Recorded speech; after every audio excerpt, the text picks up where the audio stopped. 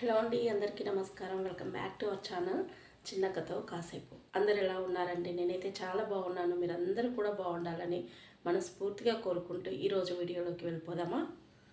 అయితే మనం ప్రీవియస్ క్లాస్లో ప్రైమరీ స్టూడెంట్స్కి సంబంధించి మనము అచ్చులని పరిచయం చేశాం కదండి. అయితే మనం నిన్నటి క్లాస్లో పిల్లలకి వాట్ కమ్స్ బిఫోర్ లెటర్స్ మనం ఎలా రాయించాలి అనేది మనం నిన్న తెలుసుకున్నాం కదండి. అంటే ముందు వచ్చే అక్షరాలని, తర్వాత వచ్చే అక్షరాలను కూడా తెలుసుకున్నాం. What comes after, what comes before, ఈ లెటర్స్ని పిల్లల చేత ఎలా రాయించాలో తెలుసుకున్నాం కదండి. అయితే ఈరోజు ఈ మధ్యలో రాసే అక్షరాలు, వాట్ కమ్స్ బిట్వీన్ లెటర్స్, అంటే మధ్యలో వచ్చే అక్షరాలని పిల్లల చేత ఎలా రాయించాలో ఈరోజు మనము తెలుసుకుందామండి.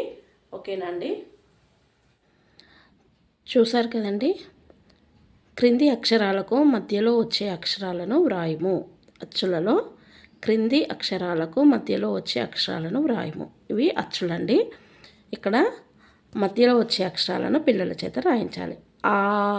ఆ తర్వాత వచ్చే అక్షరం, ఇక్కడ ఏ అక్షరం వస్తుందో పిల్లలను చదవమని చెప్పాలి. ఆ తర్వాత ఏ అక్షరం వస్తుంది? ఇది పిల్లల చేత రాయించాలండి.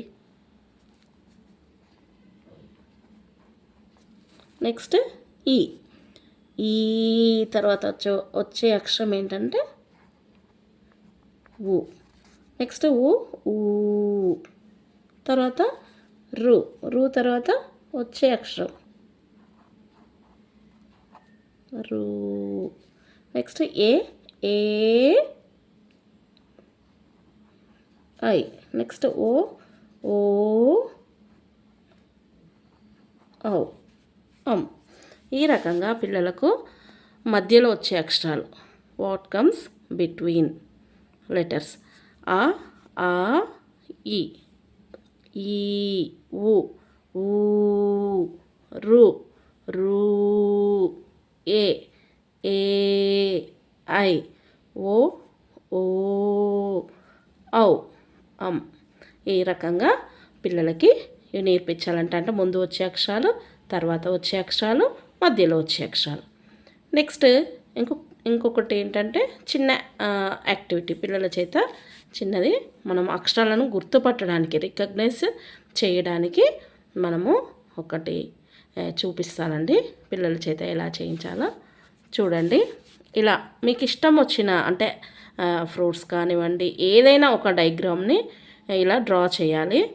చేసిన తర్వాత మనం ఏదైనా ఒక లెటర్ని, ఇప్పుడు నేను ఇక్కడ ఆ అక్షరంని ఇచ్చాను. ఈ అనే అక్షరంను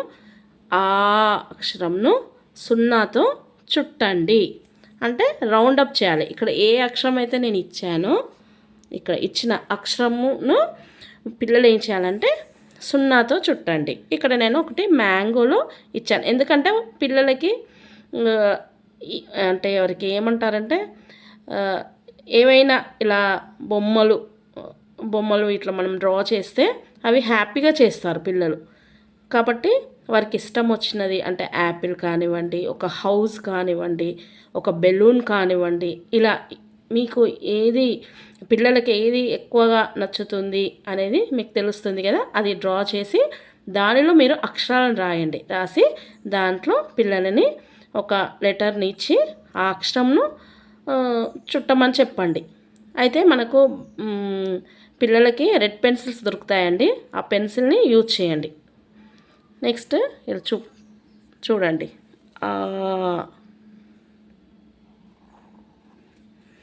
నెక్స్ట్ ఇక్కడ ఉంది, చూస్తారు పిల్లలు. నెక్స్ట్ ఎక్కడ ఉంది? ఇక్కడ ఉంది. నెక్స్ట్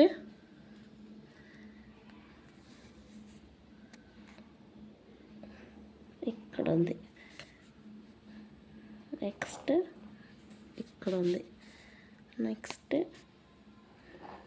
ఇక్కడ ఉంది. చూడండి, ఇలా అనే అక్షరాన్ని పిల్లలు సున్నాతో, అంటే ఒక 0 ఇచ్చి దాన్ని రౌండప్ చేయమని చెప్పండి. అలా చేయడం వల్ల పిల్లలు లెటర్స్ని, అక్షరాలని రికగ్నైజ్ చేస్తారండి. మరి మనం ఎంత చెప్పినా అక్షరాలను గుర్తించకపోతే వాళ్ళు పదాలు రాయలేరు. కాబట్టి ఈ యాక్టివిటీని పిల్లల చేత చేయించండి. అయితే నెక్స్ట్ ఇంగ్లీష్ సబ్జెక్ట్కి సంబంధించి జంబుల్ వర్డ్స్ మనము పిల్లలకి నేర్పిస్తున్నాం కదండి. అయితే మనం ప్రీవియస్ క్లాస్లో ఏ బి వర్డ్స్ని మనము పిల్లలకి నేర్పించాం. ఈరోజు సి అండ్ డి వర్డ్స్ అండి. అయితే చూడండి, మనము లెటర్స్ని తారుమారు చేసి ఇస్తాము, చేంజ్ చేస్తాము. ఇటువైపు ఉన్న లెటర్స్ అటువైపు, అటువైపు ఉన్న లెటర్స్ మధ్యలో, అలా మనము రాంగ్ రాస్తాము. దానివల్ల పిల్లలు కరెక్ట్గా చేసి రాయాలి. ఇప్పుడు చూడండి, సిటిఓ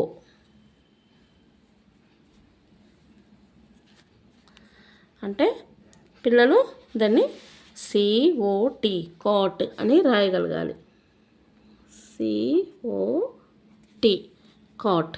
నెక్స్ట్ ఏసిటి అంటే సిఏటి క్యాట్. నెక్స్ట్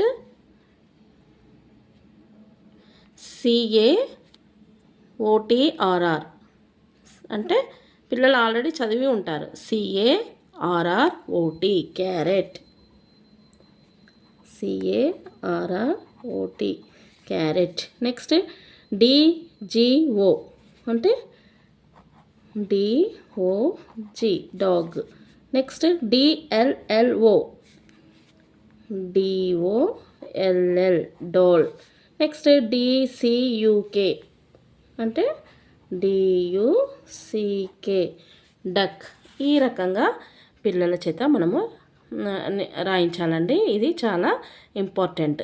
పిల్లలకి ఈ స్పెల్లింగ్స్ రావడం వల్ల ఇలాంటివి అన్నీ కూడా చేస్తారు. కాబట్టి ఇలా పిల్లలకి నేర్పించండి.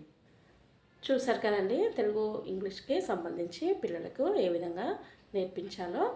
మరి మనము దీంతో పాటు పిల్లలకి గుడ్ హ్యాబిట్స్ని మనము ఎలా నేర్పించాలి అనే విషయాన్ని కూడా మనం తెలుసుకుంటున్నాం కదండి డైలీ.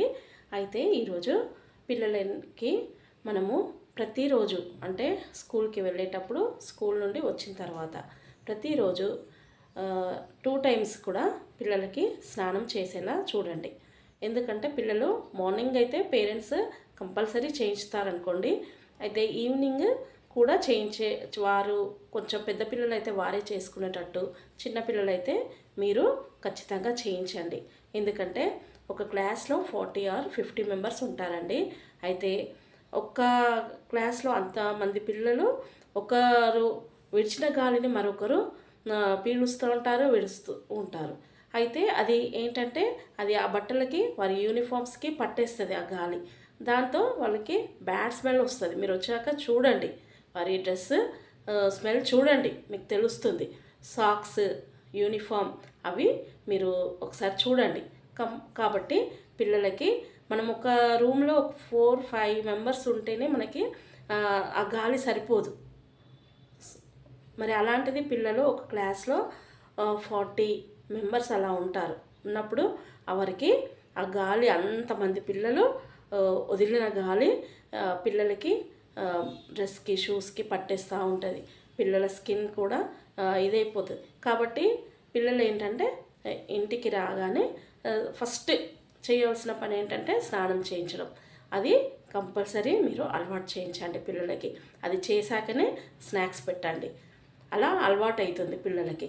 కాబట్టి వారికి చదువుకోవడానికి, మళ్ళీ ఈవినింగ్ ట్యూషన్స్కి వెళ్ళడానికైనా, ఇంట్లో అయితే చదువుకోవడానికి, పడుకునేటప్పుడు కూడా మైండ్ ఫ్రెష్గా ఉంటుంది. చాలా బాడీకి రిలీఫ్ ఉంటుంది. వారు మార్నింగ్ టు ఈవినింగ్ వరకు ఎన్నో యాక్టివిటీస్ స్కూల్లో చేసి ఉంటారు, ఇంట్లో చేస్తారు.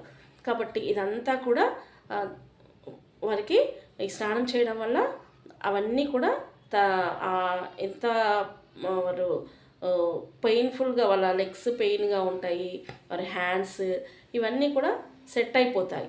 కాబట్టి వారికి హాయిగా నిద్రపోవడానికి అవకాశం ఉంటుంది. కాబట్టి ప్రతిరోజు కూడా పేరెంట్స్ ఇది కంపల్సరీ పిల్లల చేత చేయించండి. మీరున్నా మీరు లేకపోయినా పిల్లలు వాళ్ళంతటా వాళ్ళు స్నానం చేసేటట్టుగా మీరు చూడండి. ఓకేనా అండి? మరి ఈ వీడియో కనుక మీకు నచ్చినట్టయితే లైక్ చేయండి, షేర్ చేయండి, కామెంట్ చేయండి, సబ్స్క్రైబ్ చేయడం మాత్రం మర్చిపోకండి. మీరు ఇచ్చే లైక్ వల్ల వీడియోస్ ఇంకా కొంతమందికి రీచ్ అవుతాయండి. కాబట్టి ఖచ్చితంగా మీరు లైక్ చేయండి. ఓకేనా అండి? మరొక మంచి వీడియోతో మీ ముందుకు వస్తానండి. బాయ్ అండి.